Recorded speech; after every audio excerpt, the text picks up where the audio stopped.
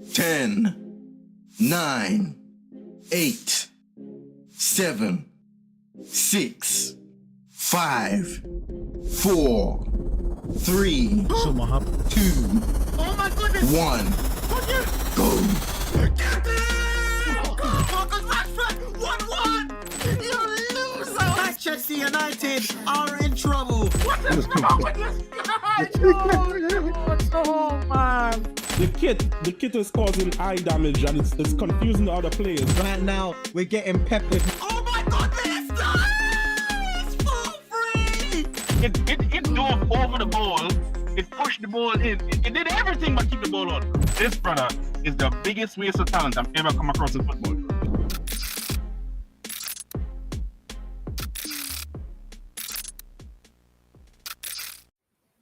Hey, we are back, man. Hey, I'm not gonna lie. I have to do a slight apologies because I think we missed a couple of weeks of the show, United Tropics. The first week was on me. I think the second week, Realest has been hella busy doing a project, a side project that I'm not gonna disclose on the internet. But that's why he's not here this week. Large ups to everybody inside in the comments, everybody that's been supporting United Tropics so far. Today, we're here with somebody that's been on the show before, somebody that's been on the channel before. We've collaborated a whole load of times on channel to channel, Pros Only Sports, CM22 ET. Man, like Roland, what we saying? I'm good, bro. Appreciate you having me on once again. A lot to discuss, of course, about United. I'm ready to discuss it.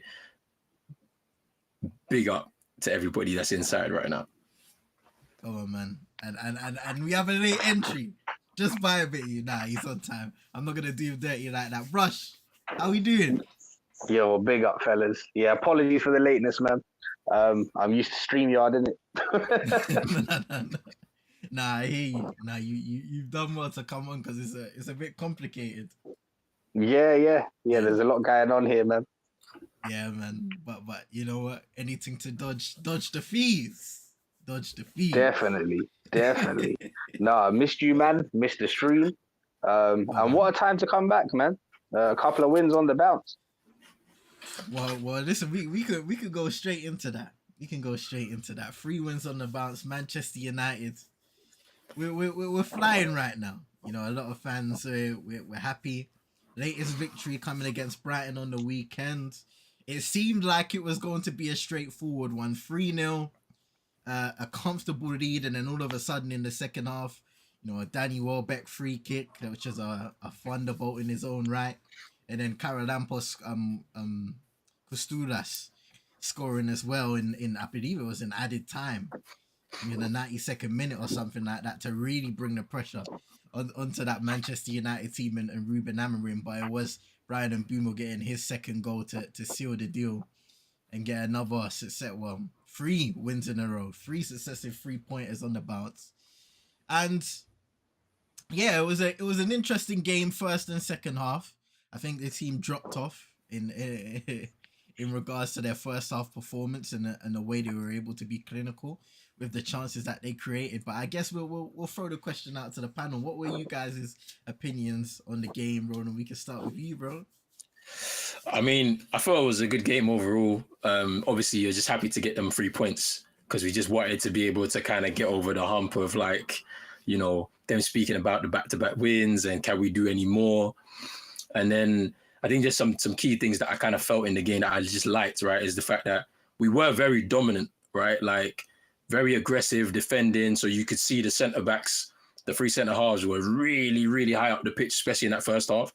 And so obviously when you're squeezing that space, it just gives you opportunities in the press, create those turnovers, and then you can see us going.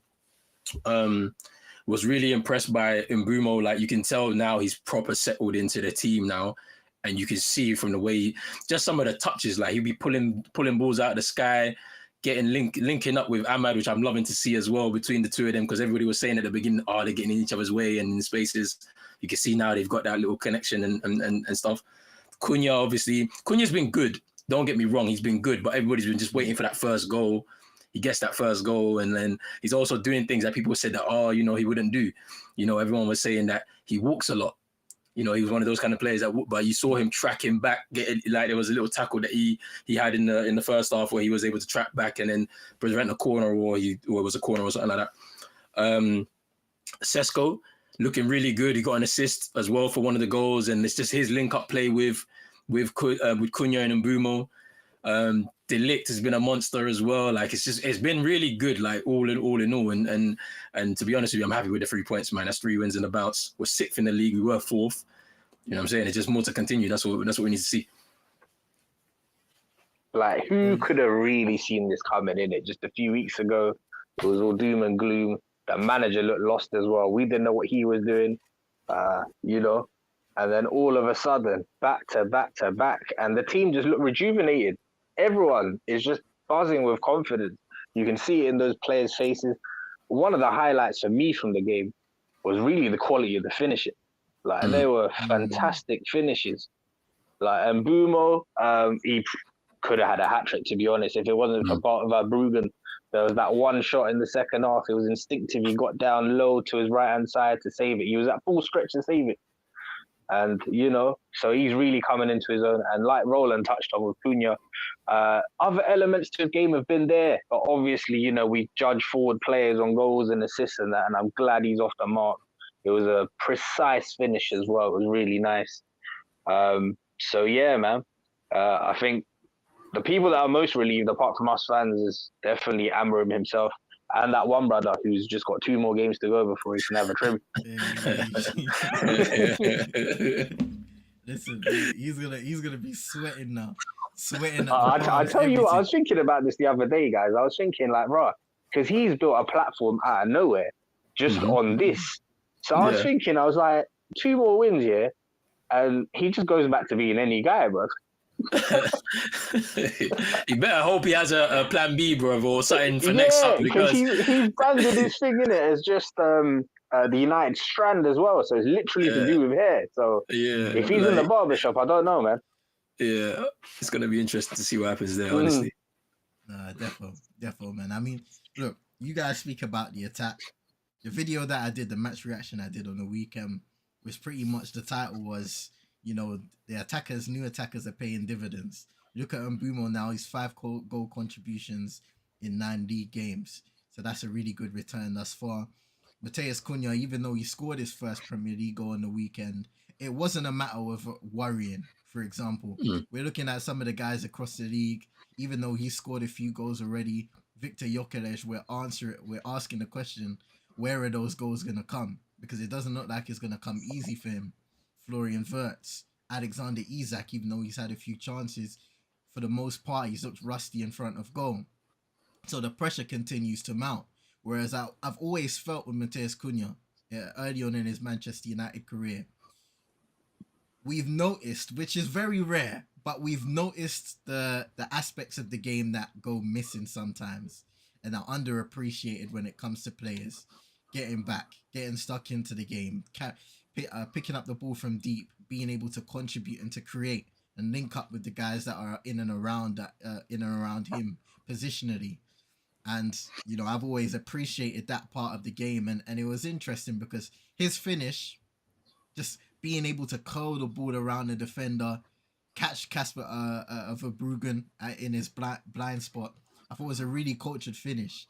And we've seen a lot of those kind of outside of the box, long range strikes from Cunha to start the season, mostly him putting his foot through it. But this time he was just able to control the ball into the back of the net. And that's where, you know, all of that patience and all of the pressure of wanting to go and get that first Man United goal, the weight is lifted off of his shoulders. So I'm happy that he gets it. And hopefully from now, we can start to see him putting the ball in the back of the net on a more consistent basis. I think that's the difference as well, guys. You know, when the team's winning, your body, everything else, it just flows in it. You're more relaxed in front of goal. So whereas before, he was so determined to score, he was just trying to shoot. Like now, the technique is there. And look at the difference it makes. Yeah. You know, one thing about Cunha that I like, though, is the ability to drive with the ball. Like, we have missed that. And I've said this, we've missed that since Paul Pogba left the club. Paul Pogba's ability to go deep from midfield and drive 10, 20 yards up the pitch, just to relieve one pressure, to open up space in front of him for the attacking players. Like him doing that, for me, I'm like, oh, I feel safe again. I feel safe when he has the ball deep in midfield and he drives, because at least we know he's either going to get a foul and it's a free kick, or it's going to create an opportunity for one of the other attackers, or he'll create the chance himself. So I'm super happy about that, man. I'm super happy about that. Yeah, exactly that. Even when you mentioned that, the sequence late in the game against Liverpool, where bro, the last 20 minutes against Liverpool, he's protecting the ball, winning free kicks, evading challenges of some of those players, to faking cramp, the ball, like faking cramp to waste some time. I'm telling you, he learned some of that from Diego Simeone in his time at Atletico Madrid. The dark arts, bro. I'm telling you, that's we one needed thing him. I said about this guy, you know, because I'll be honest with you guys, I was unsure about this signing, man. And one of my criticisms was that we're signing one of the most un-Brazilian Brazilians.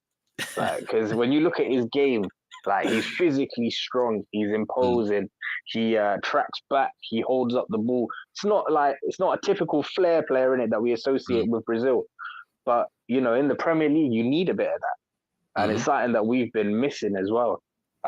In terms of the goals and stuff, that's my one worry, because people looked at his numbers last season, and personally for me, I think he's a player that scores in bunches. So I don't think he's a go-to guy for like prolific numbers. But if he can contribute, then, you know, I was hoping that the goals would come just spread out across our front line.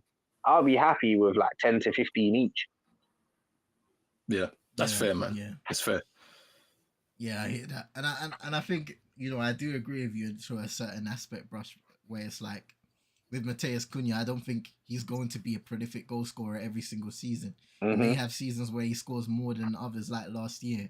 But for Manchester United, and I've always looked at it this way, I wanted to see if we were to play with a front three of sorts, whether it was, you know, playing with the wide players and the striker, or now the inverted wingers in a sense and the striker up top.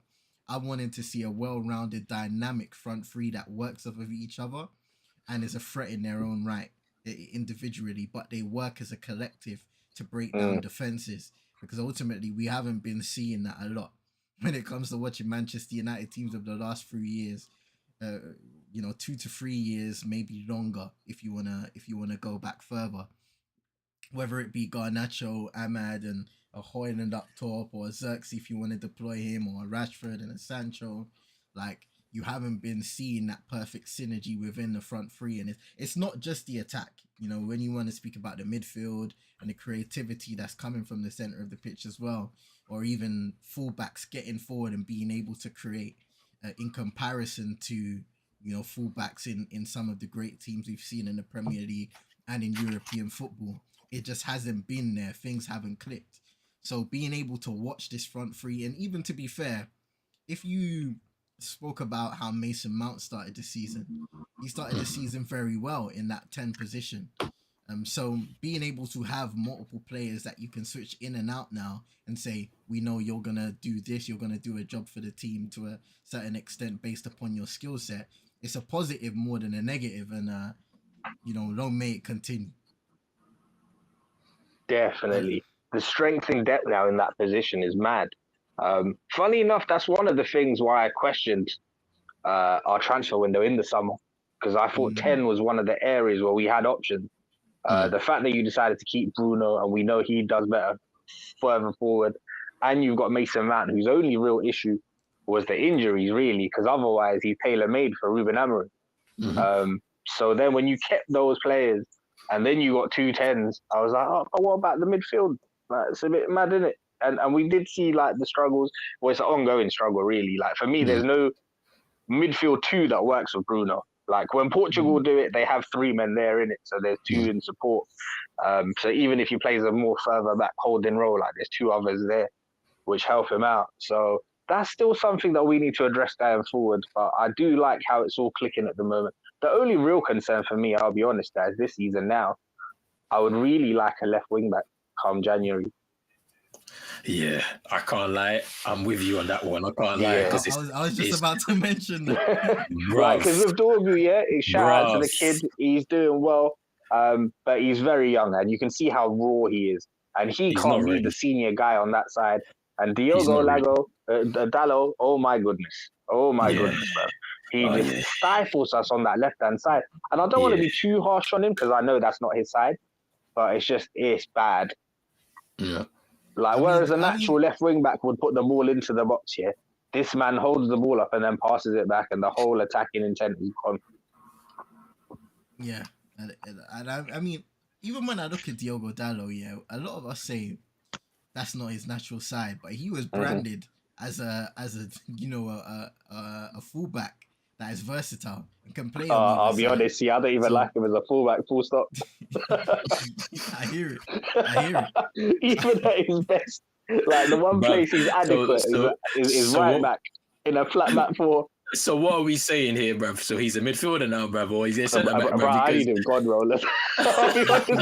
Because it's bad. It's all bad. Like that game against Liverpool, he was playing against us for real. Yeah, like, for real. He was bad, like in that game. Yeah. Like, and it's like I didn't want to say too much because I'm like, we got the win. We come out of Anfield with the win.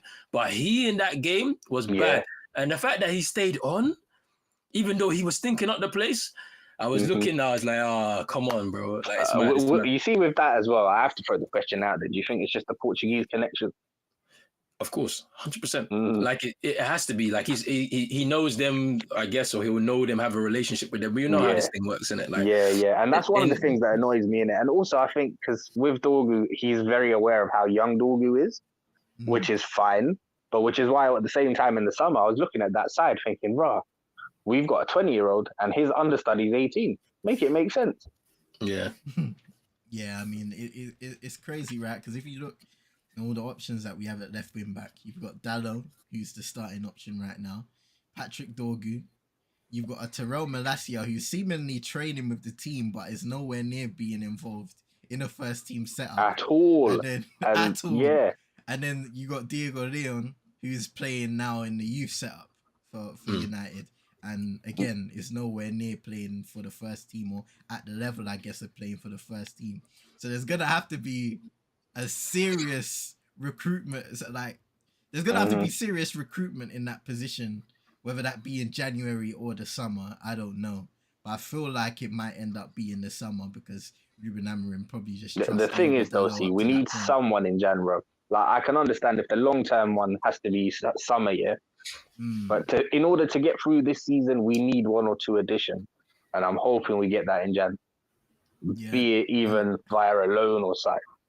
And then like we're looking at the right hand side, so we got Mazraoui, who's been out injured for the majority of this season. He's going off to AFCON, I believe.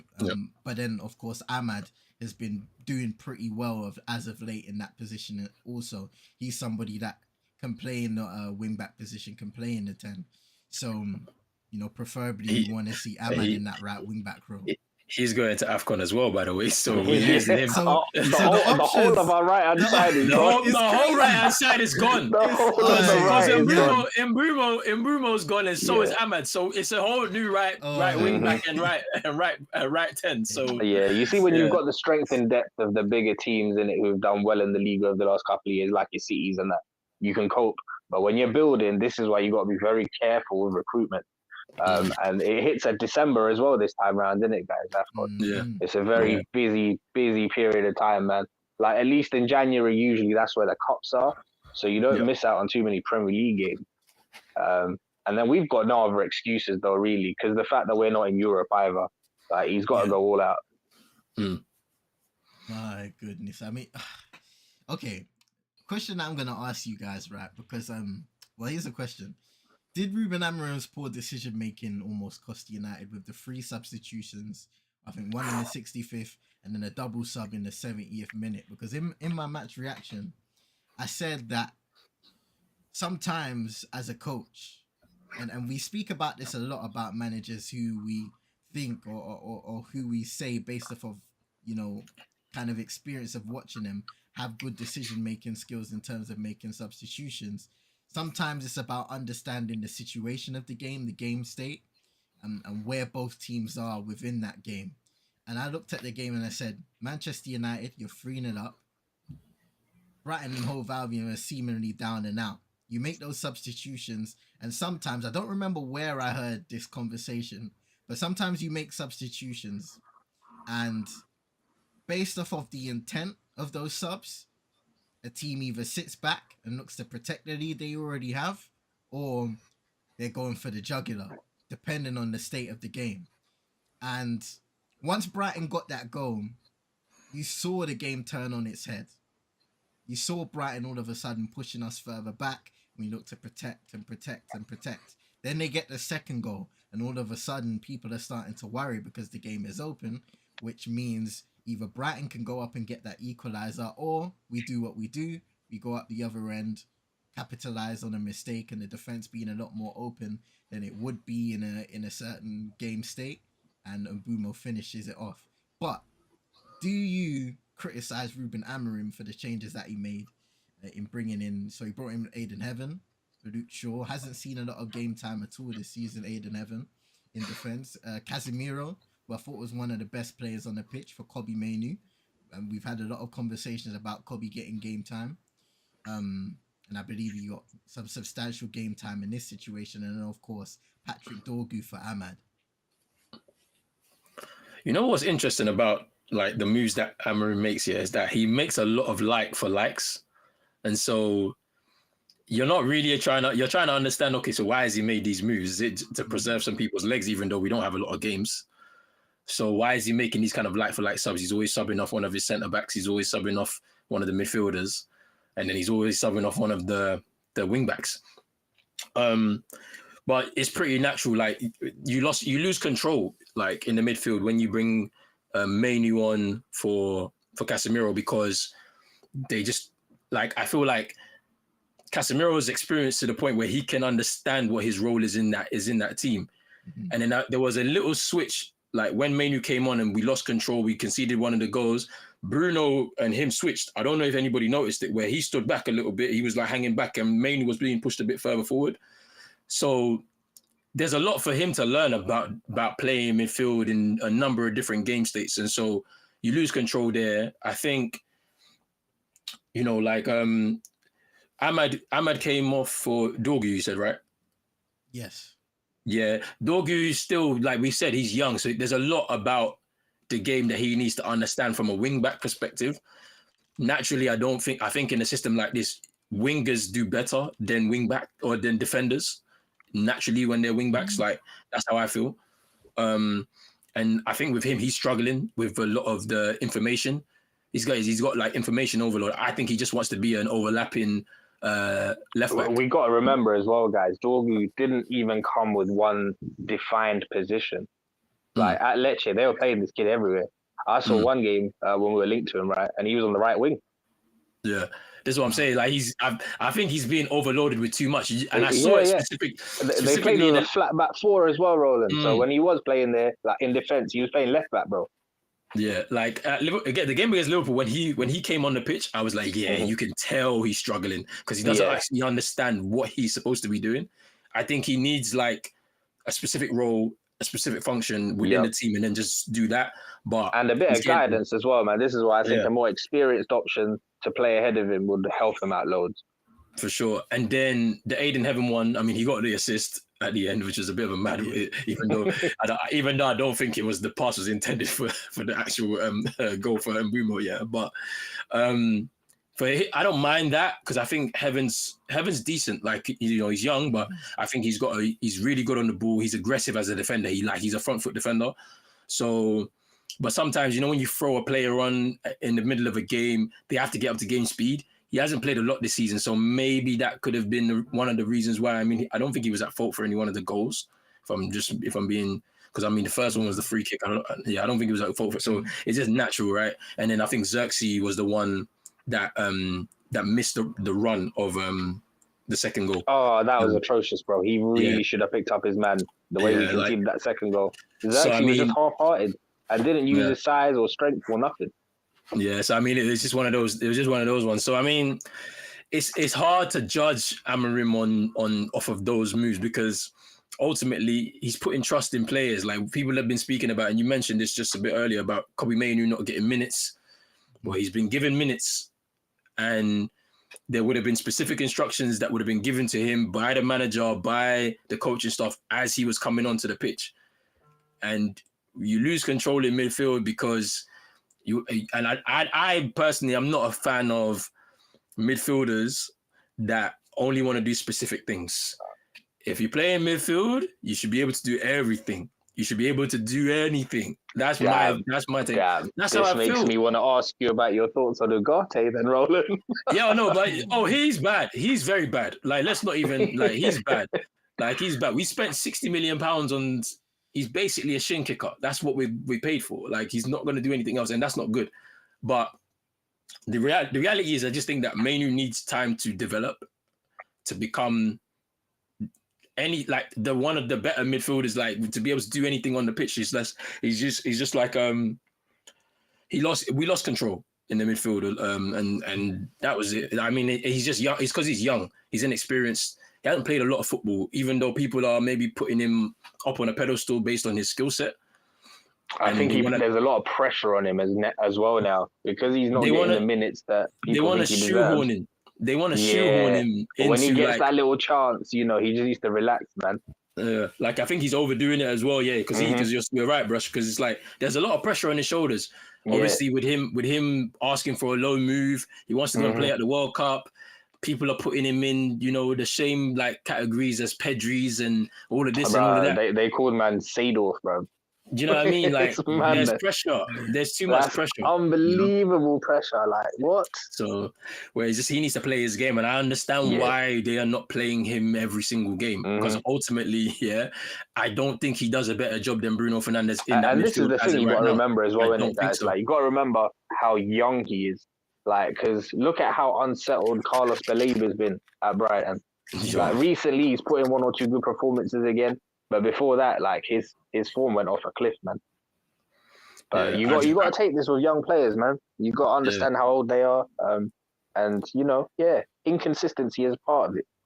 Yeah, definitely. And you know what? I'm glad you guys shared your opinion on that, because one thing I will say is, after kind of like reflecting, I did recognize that a part of the game changing is also the responsibility of the players. Like you alluded to, Ronan, the players that are coming onto the pitch, they're given strict instructions from their coaching staff to say, this is what we need you to do to see out the game.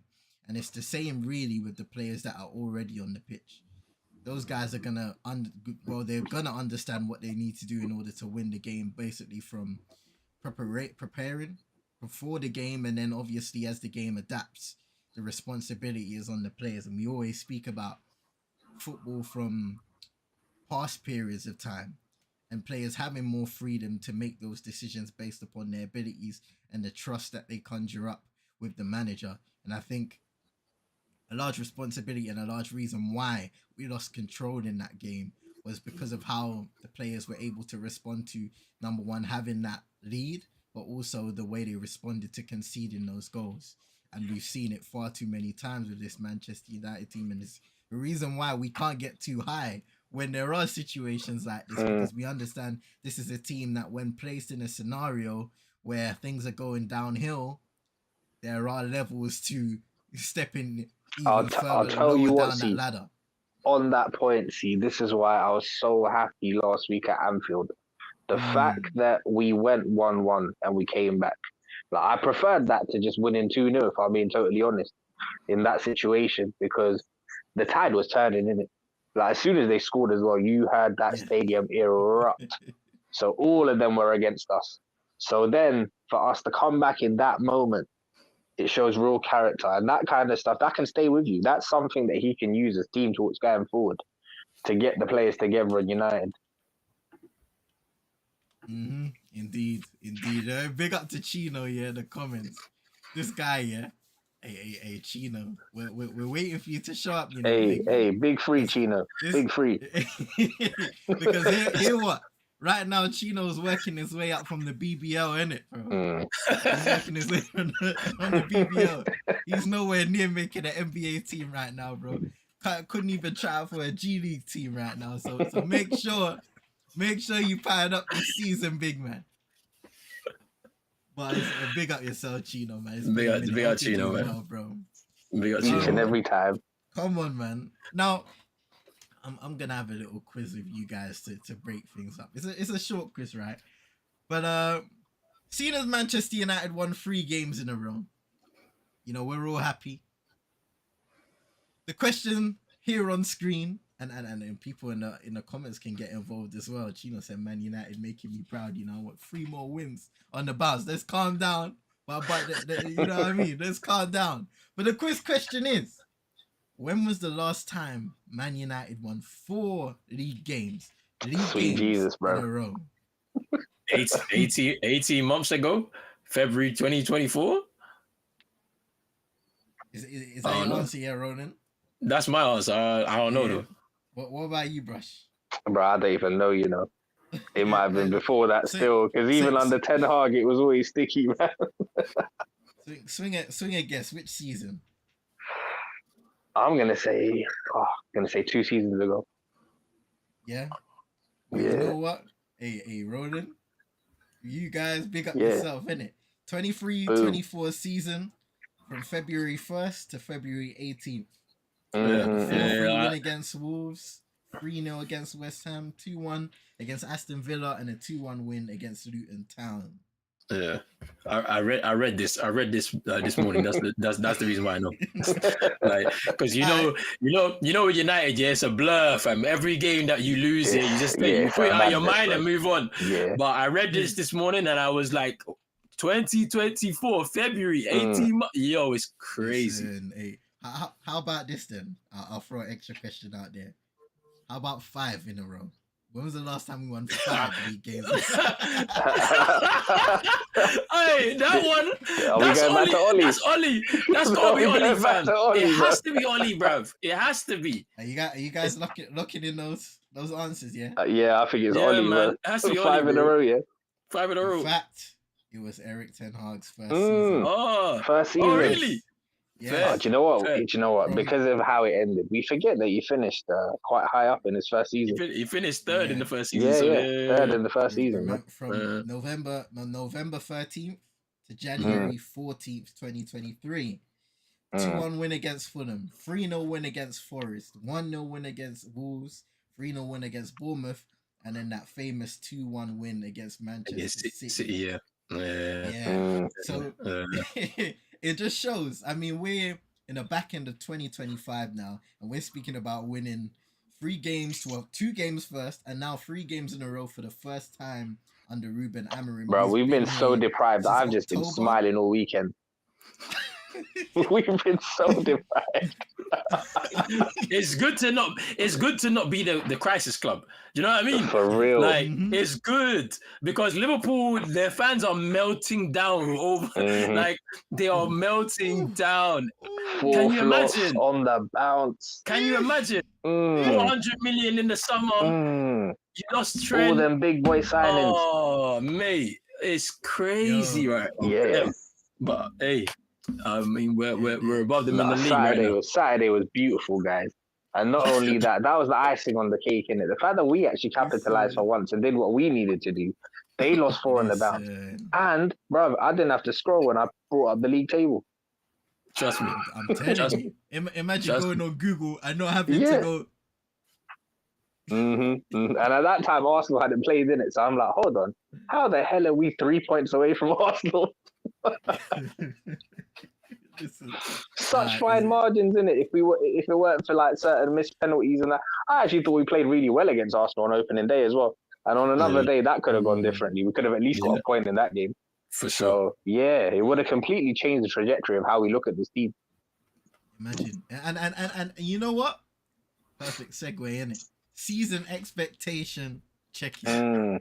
Now, a few weeks ago, it was Ruben Amorim out. It was get him out, sackable offenses. I don't want to see him past the next international break. It was done is done. This man is an absolute bozo. Moncler Moyes, they were calling this guy, bro. Yeah.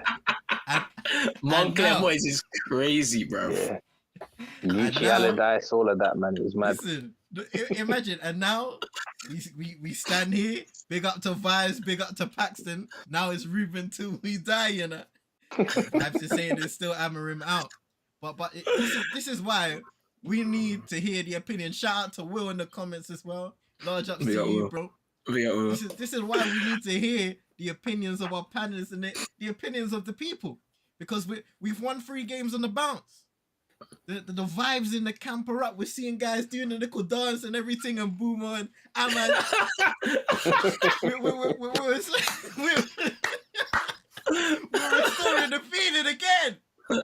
So, with United's recent run of form, have your opinions on Ruben Amorim changed? That's the first question. The second question, have this season's expectations changed now that the squad is showing signs of being able to string together a winning run?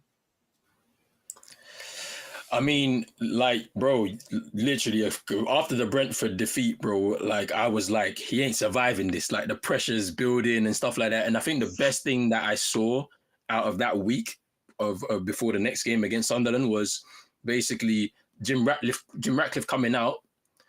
And we haven't seen this before, where the guys come out and said, we're giving the manager time.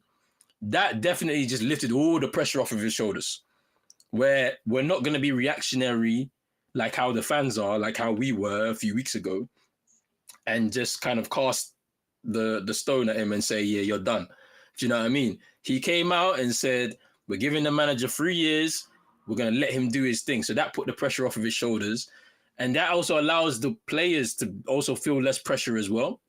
Like, and so you saw that, you've seen that in these performances, like since that defeat to Brentford, innit? Like, honestly, an expectation, like, I think naturally the club are expecting the team to be back in Europe.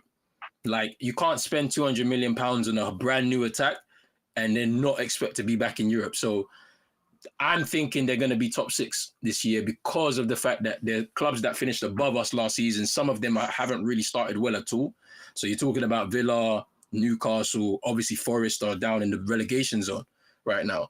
You know, Spurs are winning games, but they're not playing well. So we don't know how long that's going to go. Is that going to continue as a trend for the rest of the season, or are they going to find their feet?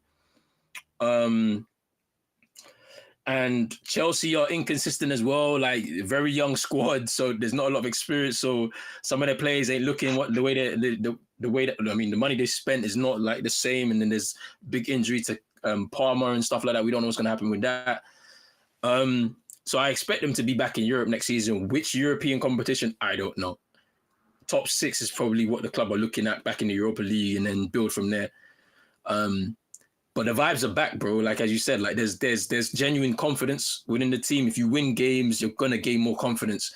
There's a week now where they can prepare for the next game against Forest on Saturday. So they're gonna be doing the same type of things again, building good habits, and building those connections and continue to strengthen those connections on the pitch. So, hey, back in Europe, that's all I'm expecting for this season, and I think that's what the club wants to. Yeah, my summertime expectations when I was asked this was between 7th and 9th. Now looking at the table and how it's all going, and like Roland mentioned, with certain teams probably not playing to their potential and slipping down out of where they were as well, there's a golden opportunity there. And with only 1 game a week as well, there really is no excuse if we're being honest. And we should be aiming for Champions League, innit? So really top 5 from where we are should be the goal. And like you say as well, no one's going to care about the recruitment or the imbalance. All they'll see is the balance sheet. And when you look at the balance sheet, over 200 million plus spent, it's got to deliver, man. For me, though, to get us over to that next step in Jan, you need to address midfield and left wing back, ideally. Maybe a little cheeky bid for like an Elliot Anderson. Might have to beat out some competition, because come next summer, I think there's going to be a scramble for him the way Forest are going. Goalkeeper coming in as well, they're under the radar. We haven't really spoken about it. I was a little bit annoyed at the time, because I thought, boy, if we were a big boy club, it would have been Donnarumma's. But yeah, credit to the kid, man. He's come in and he's done the basics well thus far. So hope that continues. In terms of the pressure on Amorim, bro, every time an international break comes up, so yeah, I think, oh, is this guy gonna make it? It's one of them ones. So yeah, Jim Ratcliffe coming out and saying what he did, yeah, you're absolutely right, Roland. Like, when you're building something, people need time in it. So, but when they put out these statements, I take it with a pinch of salt anyway, because we've seen it before, where they've come given a manager confidence, but then a couple of weeks later they're gone in it. So I think this has come at a right time. If he can do 2 more as well before the next international break, that would be brilliant. Not just for him, but for us as well, because I hate this endless speculation, man, especially when it comes to international breaks. And we've already heard them say this as well. There's been speculation that, they just wait until the November break because then the compensation package goes down to like 4 million from 12. So, so it will be good if he can get a couple results under his belt, and hopefully we don't have to deal with that nonsense. Trust me. I see him. Your camera's gone off, bro. Yeah, I know, bro. I think I was about to say, I didn't know that. I figured he was working on fixing that. Yeah, I was about to say it out, but I said, I don't know, the thing just cut off, rip. He just cut off, but yeah. But yeah, in the meantime, though, I will say that, listen, I'm never in favor of sacking managers, especially if I don't know what's coming next. Like, the only time I like dismissing someone is if you have a clear plan on what you're going to do next. And we need stability at this club. Like, but there's already been way too many changes. Like, even the whole the Dan Ashwood thing was stupid. Like, you pursue a guy for 6 months and you sack him after 5. Like, what's that about? Yeah, I think I did a little thing on that. Yeah, like a while ago, where it's just like, I don't expect them to really make every decision right. So, and then I think they just tried to do too much too early. Yeah, and brought in all of these guys, right? And then it was just like, at that point, it's like cooks in the kitchen, innit? Yeah, and then it's like a free for all, innit? Because at the end, at the same time, you're trying to endear yourself to the people that are actually making the decisions. Yep. So, I think what happened was like, it was like a fight between Ashworth and Wilcox and Vivell to see who could actually like give more value to the Ineos group and stuff. And I think Wilcox and Vivell had more value than Ashworth, and then they pushed him out. As simple as that. Like, it's just the way things work, isn't it? Like, it's a bit. Yeah. So it depends how you look at it as well. It looks. I know the optics look mad from us on the outside, but you don't know what's going on the inside and how they're working. And you know what I'm saying? I think the other way you could spin it as well is, they didn't just sit on a bad decision.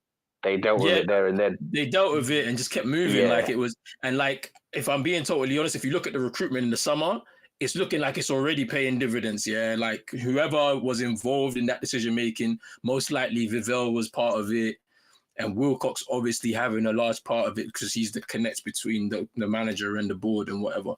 Like, you can tell that they've made the right decisions here based on data, and then, based on like the expectations that the club are looking forward to.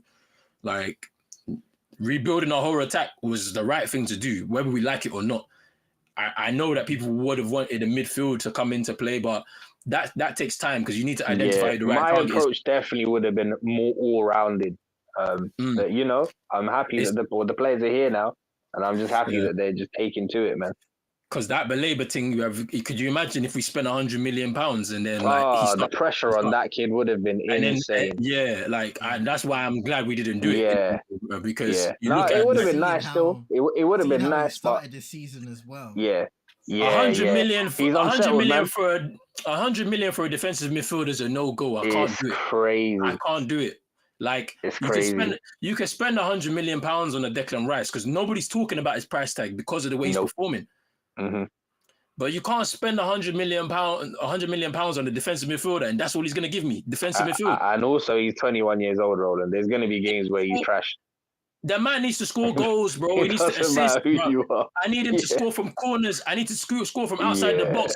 I need to do everything. And the pressure at this club is different as well. And you guys remember with Pogba, world record fee comes in, and people were just going, "Oh, why isn't he scoring an assist every week?" And they're not trying to hear that's not his game. That guy did everything. We can't. Let's not even lie. He did everything, bro. And the thing is, like when under Ollie with the freestyle stuff, when he could express himself, he actually put up numbers as well, man. Listen, Pogba, he wasn't just playing in the center of the pitch. There were games where he was deployed on the left wing, bro. He played all over the place. All over the gap. Criticism and the constant criticism. The criticism is mad as well when you really deep it. Like, all man did was dance. Bro, imagine. They were blaming guys, who were dancing in the dressing room, Yeah. smiling in the dressing room for the downfall and the demise of Manchester United. And these were the same people. And I've always said this. Consistently. You see, when it's fashionable to talk about the Glazer family and their ownership, people will do it. There'll be a certain contingent of Manchester United fans who, come rain or shine, they'll always bun out the Glazers. And then there's a contingent of the Man United fan base who only do it when it's fashionable. When the season starts and it's time to play, it's time to start picking up our scapegoats again on the football pitch. Or it's time to bun out the manager, whether they deserve it or not.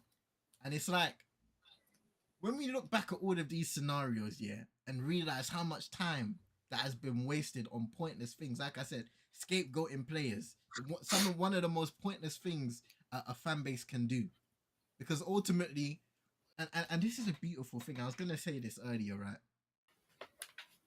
As fans, sometimes we need to recognize, especially in this day and age where everybody's got a platform to get up and speak and to share their opinion, we're not all experts, bro. Most of us football fans have never even come close to stepping on a football pitch. For real, the pressure is different in real time, man. From a professional perspective, the limelight and everything these guys face. So it's fine, if us as fans come on the internet and we say things and we get things wrong, bro, at least acknowledge it. This culture of criticizing people that are flip-flops, I don't get it, me personally. Because ultimately, when you're wrong, you're supposed to change your opinion. You're not supposed to stay headstrong and act like you're always supposed to be correct. You're not an expert, bro. You're just a fan. Be a fan. It's true, man. It's true. This is why, like, I always say, I think, I don't know. I give both sides so I can be balanced at the end of the day. And even like 2 weeks ago, I said I wanted the guy out. I've even said that he's going to crumble under the pressure because sometimes it happens because the environment allows you. The media can get on top of you, the fans will get on top of you, and you will crumble. Like, you will start second guessing yourself and start doing mad things. It happens all the time. But right now, they've even taken it out of our hands. The owner or one of the owners or whatever he is to the club at this point in time has said, there's no pressure. Like, he's going to get 3 years regardless of whether you like it or not. And obviously that can change if the results start to go in a different direction, but I just don't think they will. I think the team is settled. We're not having no injuries. It's one game a week. He's getting his ideas across, which is the most important thing. And so because of that, I think expect a win on Saturday. I hope another win. Even if it was to go payroll, and I think he makes it to the end of the season now. Yeah, like I think at the end of the day, we're not going to win every game, bro. Like, you know what I mean? And I think that's what United fans, like, for some reason. And you got to keep the squad as well, innit? Like, because some of the frailties, there's only so much a manager can do. Like, until he's given the pieces. That's it. Like, bruv, because like Diogo Dalot is going to play as many games as possible because he's fit. And because of that, we're going to see some madnesses, bruv. Like, and you're going to be saying to yourself, why is this guy still at my club? But he's going to be here for that's the thing. Like, Bruno's going to play in midfield out of position the whole year because he's only missed three games from injury in his whole 300. 3 games. He's not going to be injured. So he will play through injury. It's pretty clear that he does that for the club. So, you know, and he's going to be inconsistent. There's going to be games like against Chelsea. He was a monster in that game, in that midfield. He was a monster again in the game against Brighton. But there'll be games against like Fulham where, you know, his head gone. Against Brighton, against Brentford, head was gone because he's frustrated at the fact that I have to play in this position that I don't like. But because I love the club and I love the team and I'm grateful for my position, I'm going to do what I can. And sometimes it don't work, innit? You just have to live with it, innit? Like, that's what it is. Yeah. Yeah, you got to take the good with the bad, man. Yeah, it's a mixed bag with Bruno. Yeah, and before we go off to previewing the Forest game, Super Nick, big up yourself, asked the question, said, hi, panel. My question is, will the formation work long term? Now, off of this recent run, I've been seeing a lot of the conversation switch to, while the formation may, for the most part, remain the same, Ruben Amorim has now been making tweaks and adapting depending on the opponent that we're facing. I most definitely have been seeing that from a game-to-game basis. Have you guys been seeing it? And yeah, based off of Super Nick's question, to a certain degree, be successful long term. Yes, like I think when you implement a system and a style, you have to fully invest into it. So you need to give that time. My only criticism was that really, for like Roland mentioned with his in-game changes, where it seems very like for like, there's a certain inability for him to really adapt or switch the system, which I'd like to see in games. Like at certain times, if you're chasing, man, I don't want to see like for like subs, bro. Take off a defender in it, go flat back four, bring on an attacker if we're chasing a game. So that kind of stuff I'd like to see. But then I think maybe in time we might see that. But at this moment in time, I think he's still very much trying to establish his own ideas. And he's quite careful with that. He doesn't want the players to get distracted. But yeah, we're just limited in the recruitment, really. Like, because some of the players in key positions, they're limited in who they are. So until we do a bit more scouting and get some players in, I don't see how it's going to fundamentally change. I think the formation, like I think people are like, I've seen the changes. So like you saw in the Liverpool game, they bypassed the press and went very direct, either into the space or up to whoever was up front to try and hold the ball up or whatever, right? And then when Sesko came on, they hit it long as well. He gets a knockdown and it creates a second opportunity from there. But yeah, like I like the fact that he's tweaking and he's adapting. Let's not forget he's only 7 years in as a manager. Like this is the highest level of football he'll ever get to manage at, I think. I don't think he gets any higher than this. So he's learning on the job as well. And you have to give him and afford him that grace. To be able to make his mistakes like he was making the mistakes earlier on in the season, but also have the ability to learn quickly. And you see that he's doing that. And I think because he's quite confident in himself, he's not going to waver from, because he's been able to be successful with the system that he's had. And so, yeah, like it's a pretty interesting thing to see. And then will it work long term? Like Brush mentioned it, like the only way that this works long term is if he gets the right profiles for all of the positions. So in that midfield, apparently we're going to be going through a revamp in the summer or something like that. I don't know how, like, because I think, Casemiro's out of contract, but you would love to keep his experience in and around the squad, to be honest. And to be honest, that would come with him needing to take a huge pay cut, bro. That's when we're really gonna learn how much he loves United. Yeah, he loves United. Yeah, and then when you look at Bruno, I just don't think he just walks out the door. I think he's on a mission. He's on a mission. He's on a mission to win a major trophy with us. He wants to win a major trophy. So I don't think he's just gonna walk out the door. So so that's the thing as well, Roland. Like that's for me. I was talking about this the other day actually. That's very commendable. I can totally understand why he wants to do that.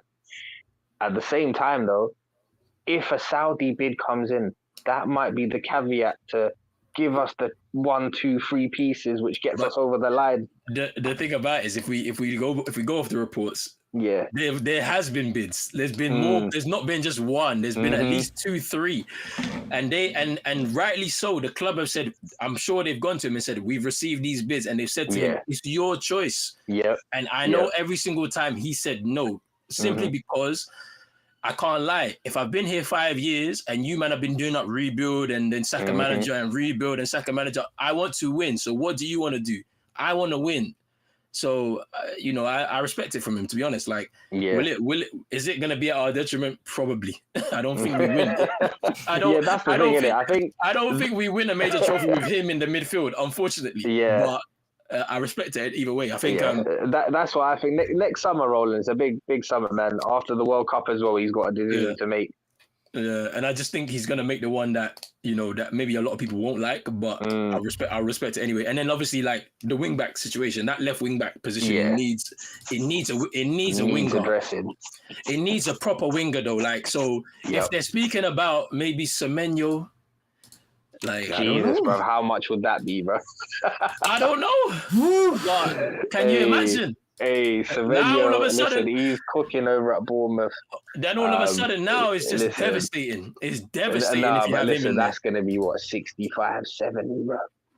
I mean... On a player who isn't even a wing-back. I mean, he's not... But Ahmad's not, and he adapted. Like they started throwing up. They started throwing up those slide ups of Ahmad one wing back, Semenyo left wing back. Then we had Cunha and Brumo and Seshko. And I was I'm like, just yo, saying. Ah, it's a madness. I'm just saying. hey. Like, you know, but yeah, we'll see. I mean, long term profiles matter in this system. Absolutely. That's the one sticky. Yeah, that's the proper sticky thing about this formation, man. You need players that fit it down to a T.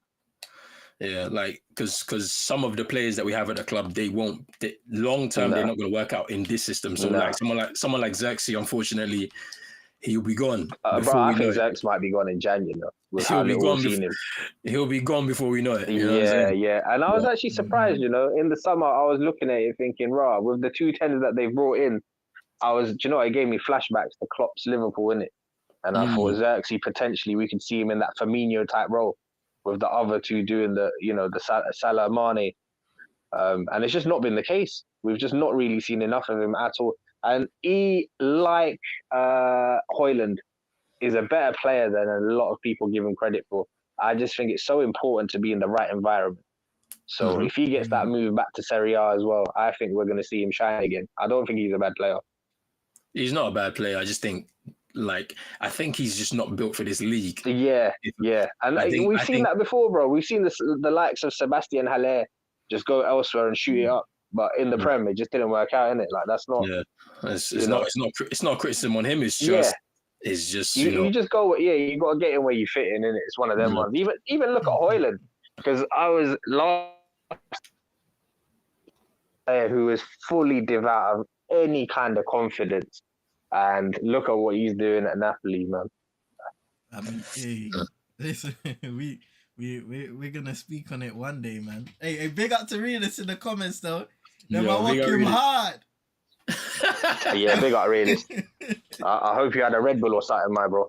The couple of days he's had, man. There's no bull that's fixing what he's doing right now, man. They're working Realest hard, bro. Hey, man like Bob, bro. Bob the Builder, bro. Nah, listen. We're gonna have a chat one of these days, bro, man. Big up yourself and get some rest. Yeah, I know Vibes is going off in the comments, isn't it? Yeah, Vibes is going off. He's going off right now, bro. Vibes is going off right now. Thankfully, because I'm Unk and I don't know how to navigate this, I don't have to see none of Vibes' comments, boy. You see, this is the thing, fam. It's not the StreamYard setup. I know. I don't know. Can bypass. Bro, I can bypass it because I don't even know where the comments are. So I've not had to see any of Vibes' trolling today, boy. It's a good day. Nah, man. Man said you can't read anyway. Nah.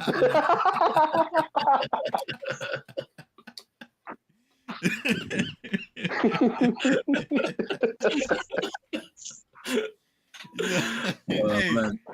Funny as hell. Listen, people. Next weekend, Nottingham Forest. There's been a lot of changes. It's been a tumultuous season so far. I believe they're in 18th place currently in the Premier League. Yeah, they are winless in their last 8 Premier League games. Their last win was August 17th against Brentford. Under Sean Dyche, obviously he's coming because Ange Postecoglou got sacked. He broke records in terms of a manager losing his first 7 games. There was a statistic going around that no Nottingham Forest manager has lost all 7 games in the history of the club. I don't know about you guys, but that was a mad appointment off jump. Yeah. Like, how do you go from Santo to Ange? It was inevitable. Cool, yeah. There were some people that said towards the end of last season there was a drop off at Nottingham Forest, but with everything that Nuno achieved, he deserved to have that equity.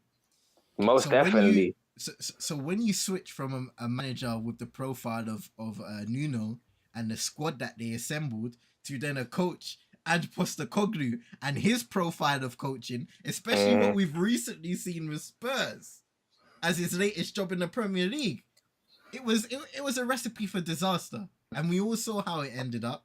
And now they've reverted back to going for a defensive coach now in Sean Dyche, who is going...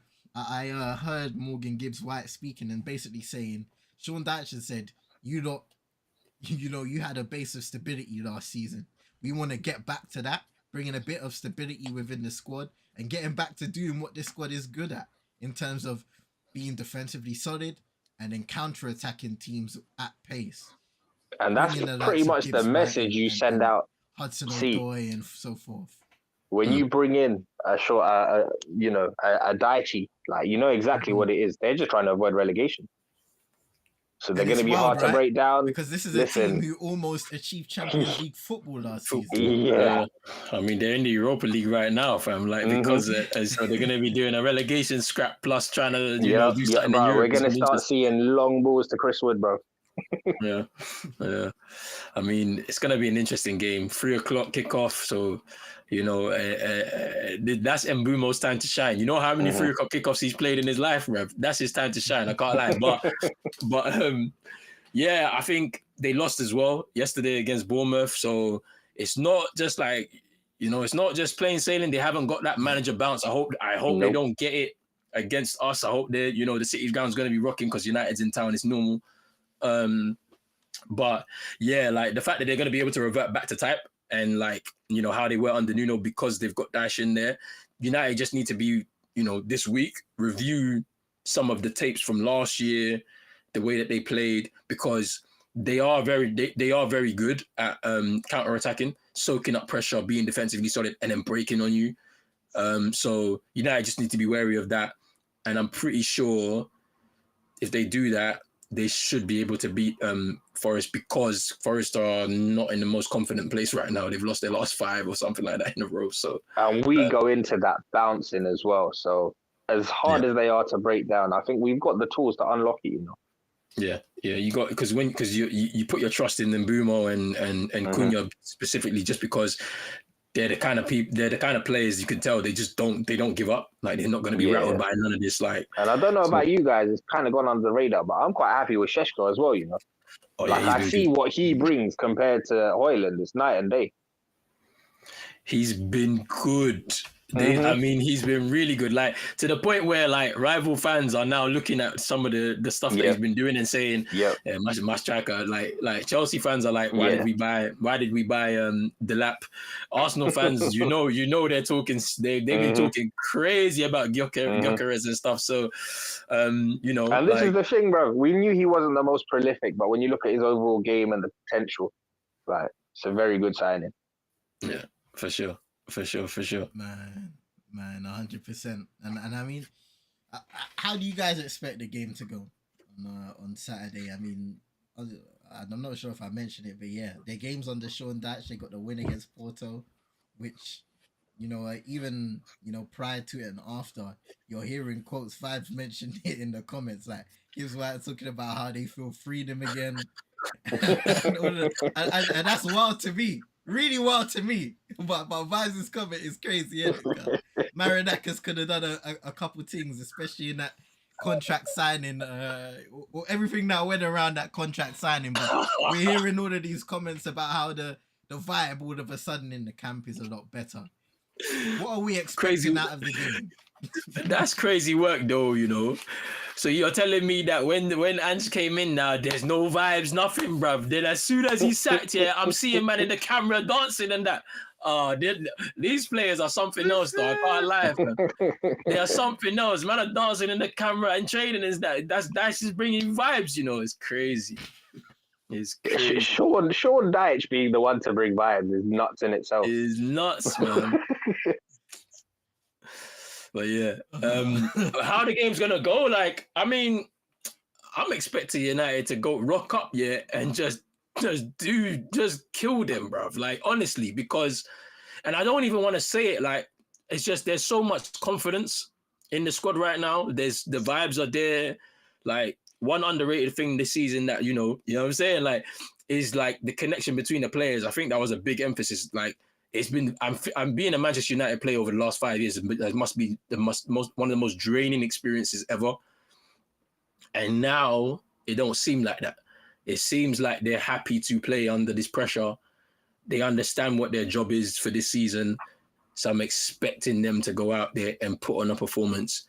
The team is 18th for a reason. Maybe to a certain extent, it's like it's out of their control. Their owner's a bit of a crazy guy. And then the manager that they put in charge to start the season, it really wasn't good. And it's the knock-on effect from that. But they're not confident right now. So do what you can get the win, make it 4 in a row. Let's move on to Spurs, man. Simple. That's what we need to do. Yeah, I'm not going to underestimate them, innit? Especially when your back's against the cosh. They'll look at that league table, their position, and be thinking, how the hell did we get here from after what we achieved last season? So they're going to come out fighting. But yeah, by hook or by crook, man. I'm not too bothered on how we handle it. We just got to handle it. Just get 4. Get 4 wins in a bounce. Let's move on, bro. Next week, Spurs. Early kickoff as well, Spurs. 12:30. First game. Trust me. Like, let's just move on. I pretty much share the same sentiment. You guys can look out for Cappy's preview on the vibe check closer to the end of the week. But we're gonna end off the show with something that I planned to do the last time we were gonna do an episode. I like bomb squad check-in, bro. I like bomb squad check-in because there are a few players that we mentioned who are doing well, and I've got 4 players on the list, right? So the first one was Rasmus Højlund. Shout out to Rasmus, currently out with an injury, but he started the season strong for club and country, scoring goals for Denmark, but also for Napoli. He's netted 4 times in 6 games, twice in Serie A and the Champions League. I believe Fabrizio Romano came out in the last couple of days and said Napoli are willing to pay that now release clause within the next month or so. So that transfer could be completed a lot quicker than I guess we would have expected. And that would be huge for us as well going into the January window. Heading into January, that's the one. That is the one. So, he's loving life in Naples. He's doing well. Shout out to Rasmus Højlund. Another guy that's thriving. We fly shout over out to to Spain. the fidget spinner. Bro, I saw one of their games, and this man scored a brace. Hey, listen, Anthony's cooking, bro. He could have got a hattie, bro. Yeah, it was a brilliant performance, man. What can we say? I'm happy for him, man. He had a wonderful loan spell, and he's gone over there now, and he's still impacting games. So you can't complain. He's there on a permanent basis now. Best of luck to him. Another player who's thriving currently on loan to Barcelona is Marcus Rashford. He found his feet, really found his feet there. After a lot of people, remember they were putting out early stories of how Hansi Flick wanted to send him back to Manchester United. Nothing of the sort. He got reintegrated into the England setup. He's gained his confidence and he's playing at a higher level right now. 12 goal contributions in 13 games. We need to believe that he's got a shit attitude and that. I'm not saying anything, bro. Like everybody that been against that guy, I don't understand it, but it's all good. I'm happy for him, bro. I'm happy for him because he deserves this. Honestly, he does. And that's another one as well, man. I know their finances are in absolute tatters, but I hope they make that one permanent.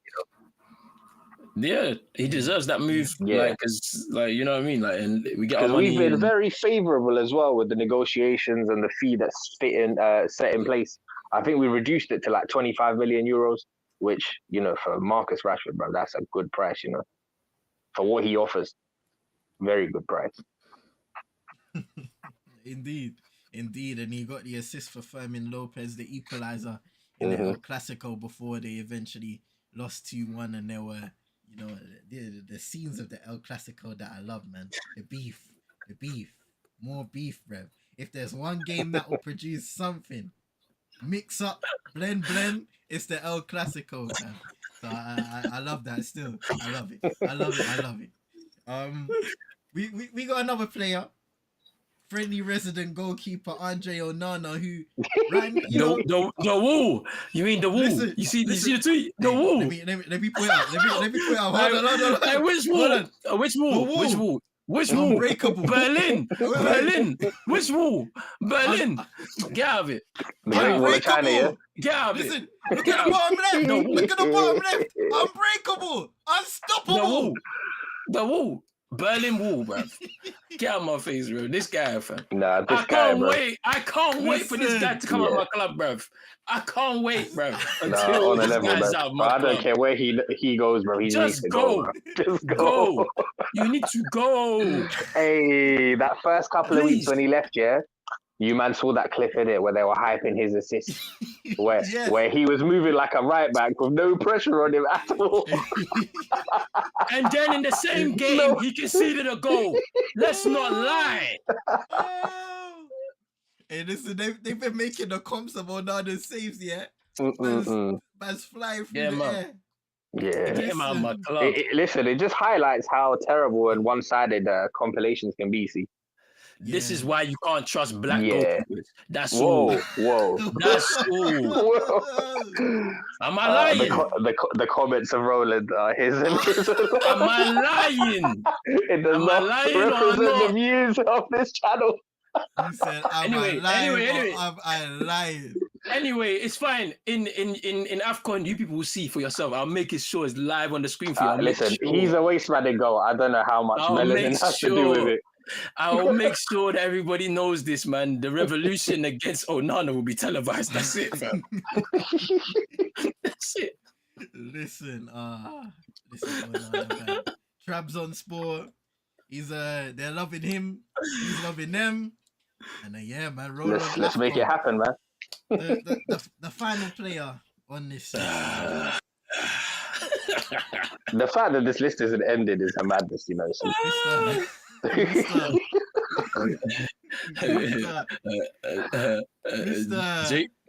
Jaden, the client, Sancho, limited minutes for Aston Villa this season, off-pitch drama with man.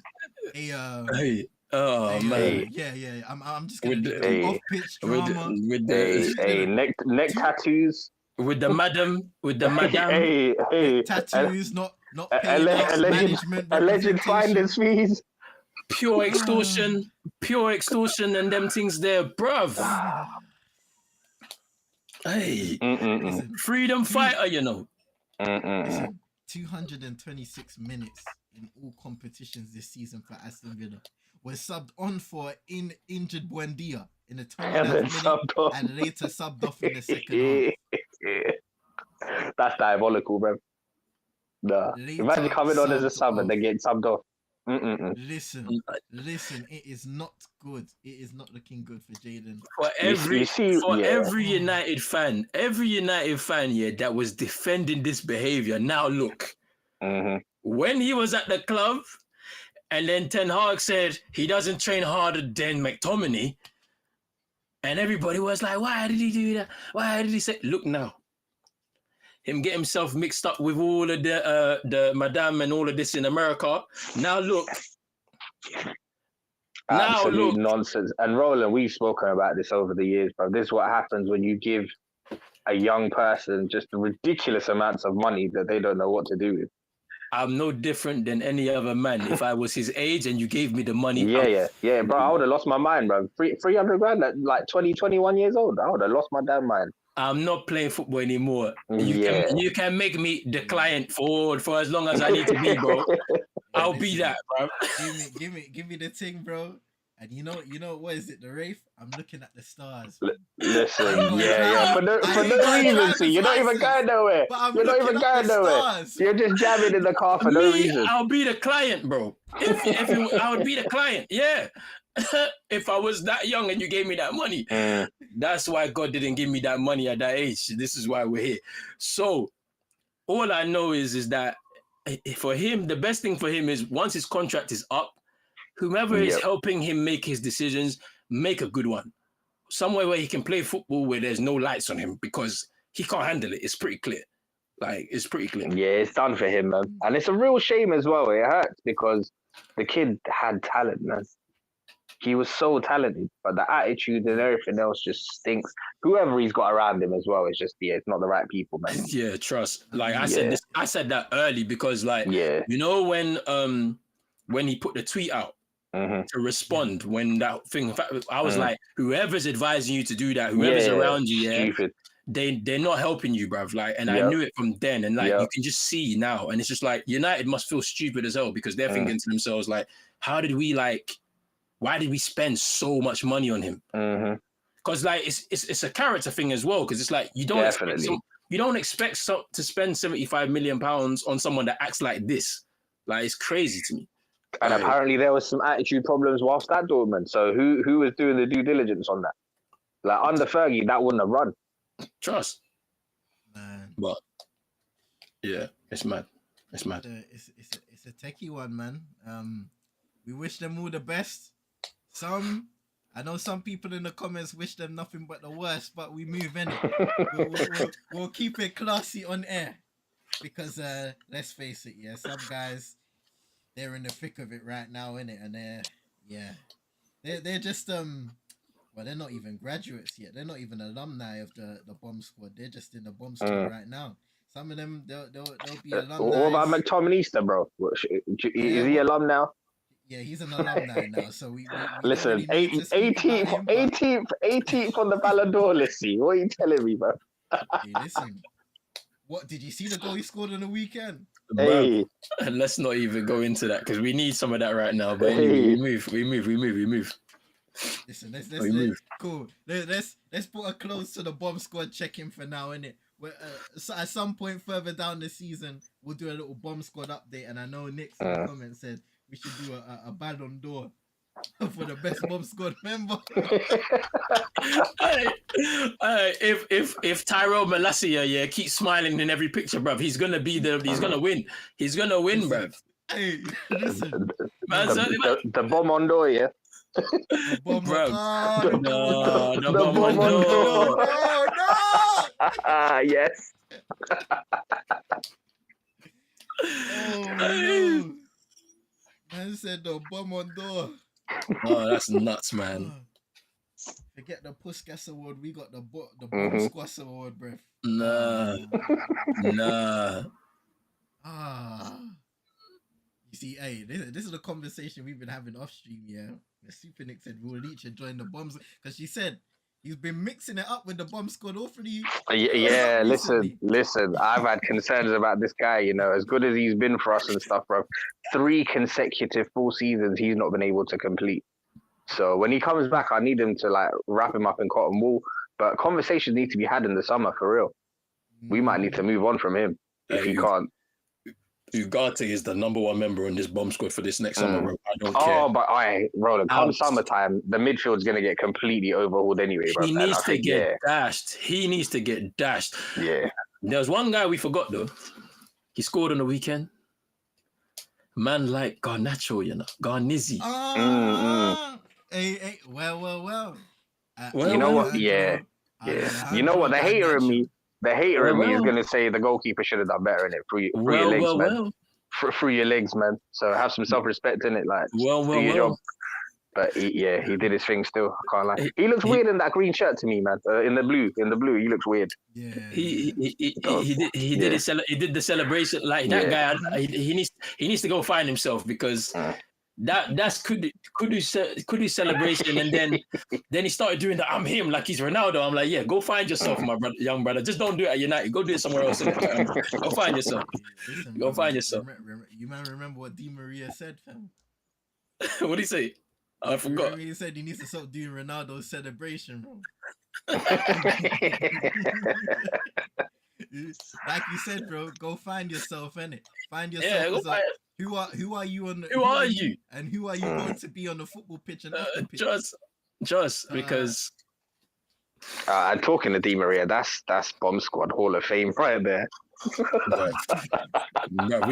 We've had some guys. Bro. We've had some guys. This is mad because to this day, I don't understand what went wrong there. Yeah, his house got robbed, didn't it? It's Van Gaal, man. You know that yeah, guy. Van Gaal as well.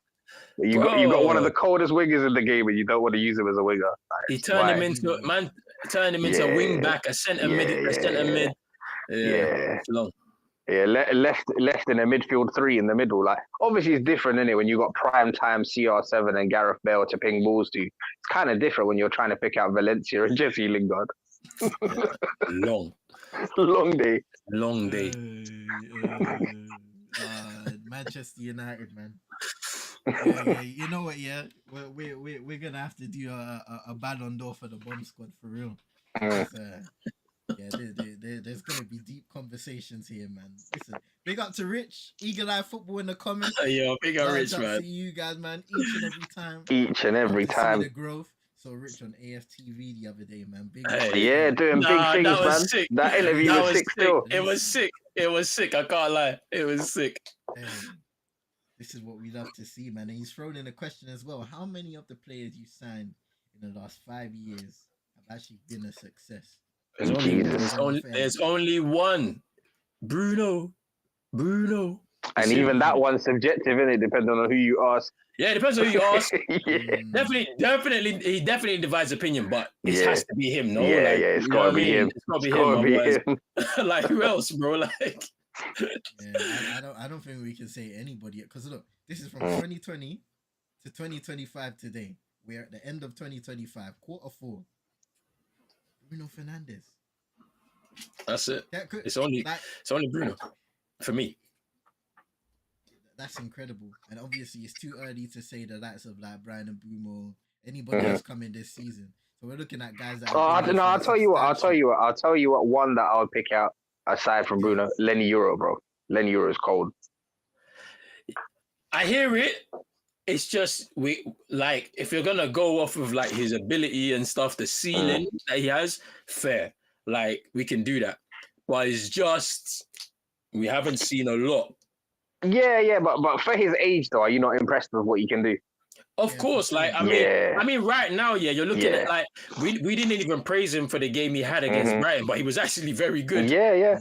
The things he can do at his age, it's top, man. It's gotten to that point where he's doing so well, it's going under the radar now. It's just and that's the way it should be. You know, so think about it this way. When Delit as well, actually. Delit as well. Yes. Delit was good. Delit's good. Yeah. And I'll tell you what, like I don't know if you've been listening to his post-match interviews and that as well. I see the clear leadership qualities in Delit. Yeah. For sure. You don't captain Ajax at 17 or whatever it was. Like if you're not a leader, innit? Like it's simple as that. Like there was bare experienced players in that team, but he was the captain. So like we know he's a leader. It's just the injuries and maybe he made the wrong move going to Juve. Yeah, because it was their defensive style. It didn't suit him. It didn't suit his game. Yeah. So, and then obviously the Bayern Munich thing didn't work out, and we got a steal. So it's like so those are the two signings I would say. Yeah, man. Even I'd say you could potentially throw Mazraoui into that equation. Oh yes, of course.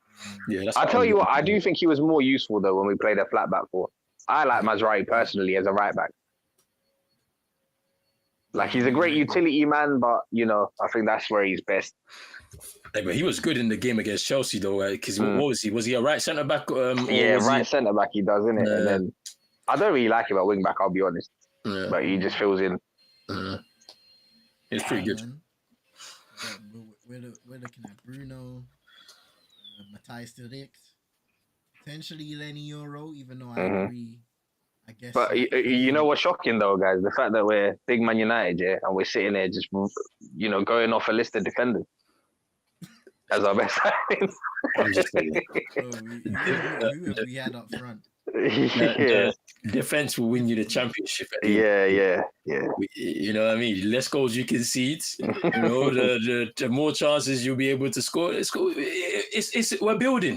We're building. We ain't there yet. They said Project 2028, so we got a couple years left. You get me? Well, let's see. Then we're gonna have to start move fast with that one, car. Hey, trust. Listen, 2025's flown by. Trust. About all the damn years fly by these days, man. Yeah, trust me, bruv. It's mad. Oh, it's peak. But listen, people, we come to the end of the show. That was a fun one. I'm not gonna lie. I appreciate Brush. I appreciate Ronan for coming through. Thanks for having us on, man. Pleasure to be here. For sure. Hey, Realest, them are working hard out there in Trinidad right now. But hopefully next week he'll be back in it. Hopefully. Listen, he will be back, people. Make sure you go and subscribe to Realest TV over on YouTube. Follow him on Twitter as well.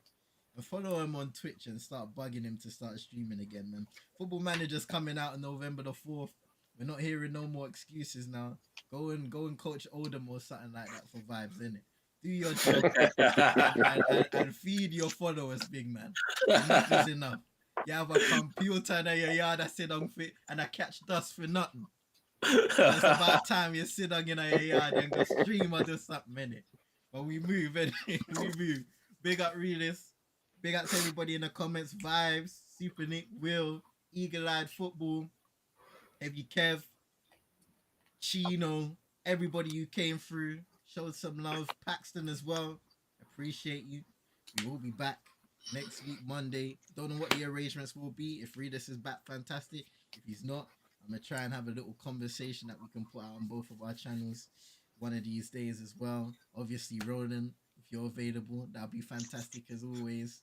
A brush too. And we'll try and invite some. Oh, look, the camera's been turning off very. The camera's telling you it's time to go, bro. The camera's been switching like crazy.